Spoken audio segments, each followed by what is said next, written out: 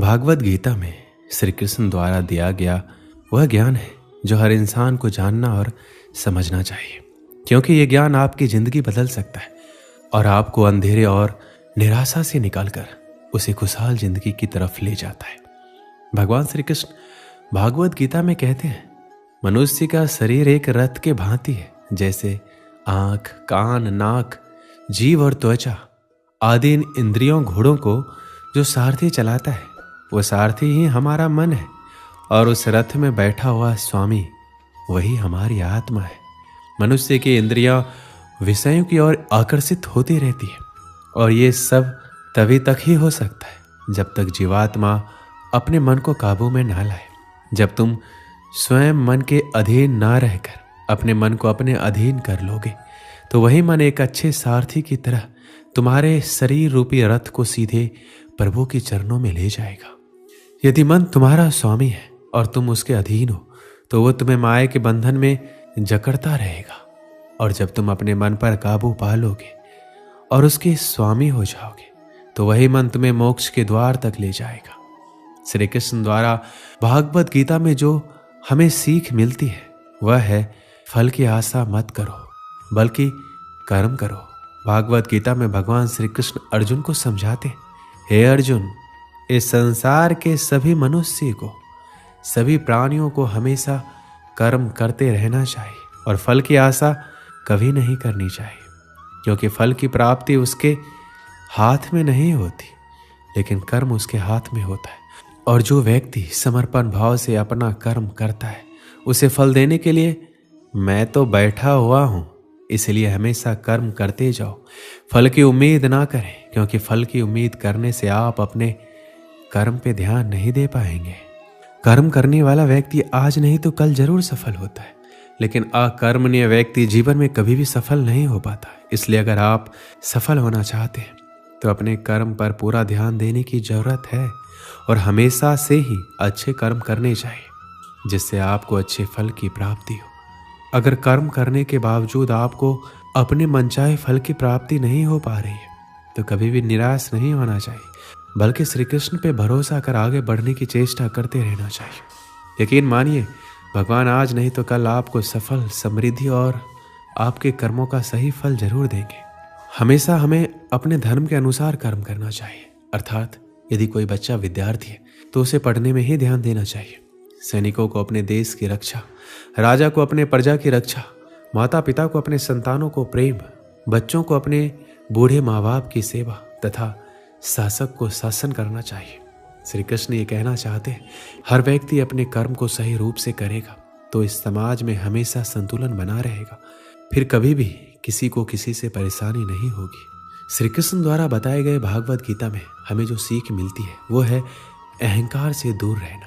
श्री कृष्ण कहते हैं, हर मनुष्य को हमेशा अहंकार और क्रोध से दूर रहना चाहिए, क्योंकि अहंकार और क्रोध किसी भी मनुष्य के दिमाग को उसी तरह खा लेता है जिस प्रकार लकड़ी में लगा हुआ दीमक। अहंकार और क्रोध से वशीभूत व्यक्ति समाज में जहां भी जाता है वहां दूसरों से परेशानी होती है, क्योंकि वह हर व्यक्ति में अपने प्रतिद्वंदी की भावना को देखता है, जिससे उसकी बुद्धि और विवेक की भावना खत्म होती चली जाती है। भागवत गीता में कहा गया है कि हर व्यक्ति को आत्म मंथन करना चाहिए, क्योंकि आत्म मंथन अहंकार को खत्म कर देती है। श्री कृष्ण कहते हैं, अहंकार व्यक्ति को अज्ञानता की तरफ ले जाती है, इसलिए जीवन में सफलता चाहने वाले व्यक्ति को हमेशा अहंकार और घमंड से दूर रहना चाहिए। आलस्य, कायरता और डर मनुष्य की सफलता के दुश्मन है। श्री कृष्ण कहते हैं, आलस्य, डर और कायरता मनुष्य के वह दुश्मन है जो उसे सफल होने से रोकते हैं। अगर आपको सफल होना है तो आपको अपना आलस्य त्यागना होगा। अगर आप आगे बढ़ना चाहते हैं तो आपको डर छोड़ना होगा।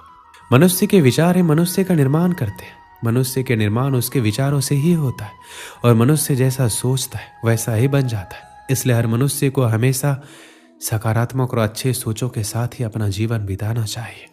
भागवत गीता में मन को बहुत ही ज्यादा महत्व दिया गया है, इसलिए भगवान कृष्ण द्वारा हर मनुष्य को अपने मन को नियंत्रण में रखने की बात कही गई है।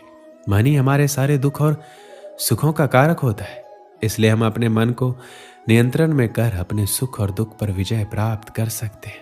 भगवान श्री कृष्ण कहते हैं कि अगर कोई व्यक्ति अपने मन को नियंत्रित में कर लेता है तो वह उन सभी बुराइयों पर नियंत्रण पा लेता है जो उसे जीवन में आगे बढ़ने से रोकती है या दुख देती है। इसलिए अपने मन को हमेशा अपने नियंत्रण में रखना चाहिए। उसे कभी भी किसी भी चीज से विचलित नहीं होने देना चाहिए। कहा जाता है कर्म ये धर्म है, इसलिए हमें कर्म करते रहना चाहिए। फल अपने आप हमें मिल जाएगा। इस दुनिया में जितने भी लोग सफल हुए हैं सब लोग अपने कर्म के लिए ही हुए हैं। उन्होंने बिना कुछ सोचे समझे नकारात्मक बातों को अपने से दूर रखकर अपने कार्यों को पूर्ण किया और आखिरी में उन्हें सफलता प्राप्त हुई। जो भी मनुष्य अपने जीवन आध्यात्मिक ज्ञान के चरणों के लिए दृढ़ संकल्पों में स्थिर है वह समान रूप से संकटों के आक्रमण को सहन कर सकते और निश्चित रूप से यह व्यक्ति खुशियां और मुक्ति पाने का पात्र है। अगर आप अपने लक्ष्य को पाने के लिए दृढ़ संकल्प ले लेते और दिन रात कड़ी मेहनत करते तो आपके रास्ते में जितनी भी संकटें आएंगे आप उनको पार कर जाएंगे। जो खुशियां बहुत लंबे समय के लिए परिश्रम और सीखने से मिलती है, जो दुख से अंत दिलाता है, जो पहले विष के समान होता है परंतु बाद में अमृत के जैसा होता है। इस तरह की खुशियां मन की शांति से जागृत होती है। जब कोई व्यक्ति अपने लक्ष्य पर सफलता प्राप्त कर लेता है तो उसके जीवन के सभी दुख अपने आप खत्म हो जाते हैं। जीवन में नया उमंग और खुशियां भर जाती है। भगवान या परमात्मा की शांति उनके साथ होती है जिसके मन में और आत्मा में एकता हो, सामंजस्य हो, जो इच्छा और क्रोध से मुक्त हो, जो अपने स्वयं के आत्मा को सही मायने में जानता हो। सही मायने में जो मनुष्य क्रोध से मुक्त होता है और जिसके मन में एक झूठ होने की इच्छा होती है वह सच्चा होता है।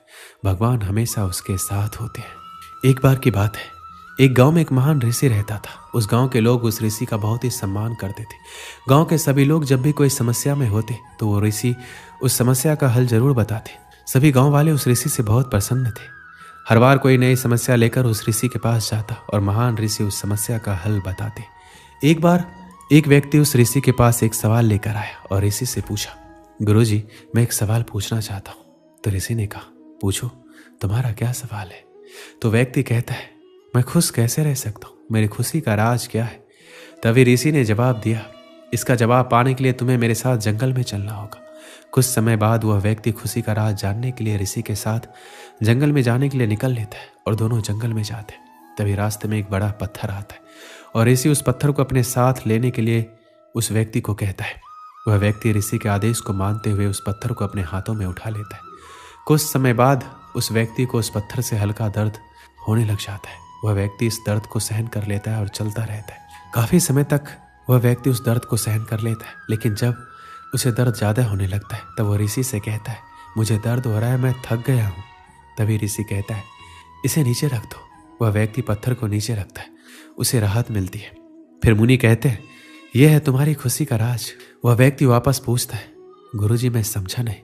फिर ऋषि वापस उस व्यक्ति को जवाब देते हुए कहते हैं कि जिस तरह तुमने इस भारी पत्थर को 10 मिनट के लिए उठाकर रखा तो तुम्हें थोड़ा दर्द हुआ, 20 मिनट तक उठाया तो उससे ज्यादा और अधिक समय तक उठाकर रखा तो ज्यादा दर्द होने लगा।